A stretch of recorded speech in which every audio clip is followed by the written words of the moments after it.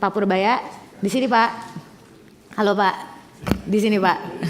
Iya nggak apa-apa. Sambil ketawa-ketawa lihatnya ke depan. Biar Pak Purbaya jawab. Iya, jangan galau Pak.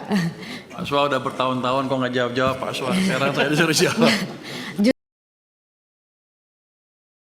Yang pertama ini usulan konkret ya Pak untuk masalah yang kemarin sempat jadi polemik soal dana mengendap di daerah. Itu kan sudah jadi perhatiannya Bapak Presiden juga, dan kita di Komisi 11 juga tahu bahwa ada beberapa kesulitan rekan-rekan pemerintah daerah terkait dengan perubahan regulasi. Jadi setiap tahunnya itu ada perubahan regulasi dari Permendagri. Dan itu aspirasi yang kami terima di sini. Kami Komisi 11 sudah beberapa kali menerima perwakilan dari DPRD dan juga pimpinan daerah, bupati dan wali kota dari seluruh daerah, dan mereka menyampaikan bahwa mereka menginginkan adanya penyederhanaan regulasi. Nah, kemarin Pak Purbaya sudah sempat menyampaikan juga, saya sudah baca, akan ada penyederhanaan regulasi khususnya untuk penyerapan realisasi anggaran ke daerah ini.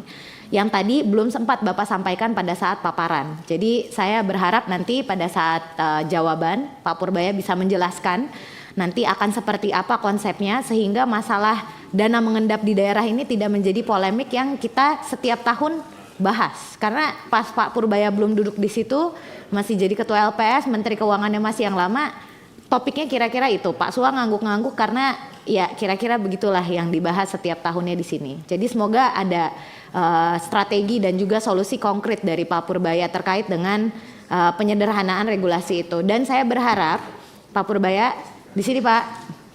Halo Pak, di sini Pak. Iya nggak apa-apa. Sambil ketawa-ketawa lihatnya ke depan. Biar Pak Purbaya jawab. Iya, jangan galau Pak. Pak Swa udah bertahun-tahun kok nggak jawab-jawab Pak Swa. Sekarang saya disuruh jawab.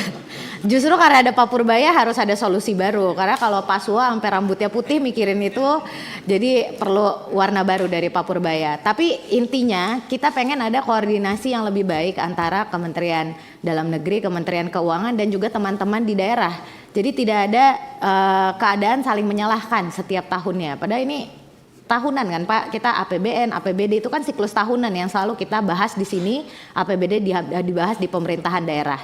Jadi itu poin pertama dari saya. Nah yang kedua ini terkait dengan rekan-rekan kita di Papua, masyarakat 3T. Jadi kemarin itu ada isu soal total tunggakan dari 56 pelajar yang mengalami keterlambatan pembayaran biaya kuliah yang seharusnya menjadi tanggung jawab pemerintah daerah. Itu totalnya sekitar 37 miliar rupiah.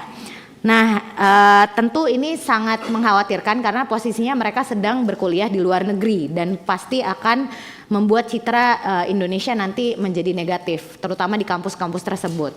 Kemarin sudah ada statement dari Pak Menteri Dalam Negeri bahwa ini akan diambil alih oleh LPDP. Jadi mumpung di sini ada Kepala LPDP dan Pak Purbaya, kita pengen dengar secara langsung dari Kementerian Keuangan ini posisi permasalahannya seperti apa. Karena kalau memang akan diambil alih oleh LPDP tentu sangat baik, sehingga ada kejelasan terkait dengan kuliahnya rekan-rekan kita dari Papua ini yang tentu sangat amat membutuhkan beasiswanya. Dan yang berikutnya soal magang Pak. Jadi saya sangat mendukung kebijakan ekonomi stimulus di mana ada program magang. Tapi sayangnya di daerah pemilihan saya itu banyakkan lulusan SMK Pak. Karena mereka mau kerja di pabrik. Jadi yang mereka butuhkan itu program magang khusus tailored untuk anak-anak SMK, bukan kuliah. Banyak dari mereka tidak mampu untuk lanjut ke bangku kuliah.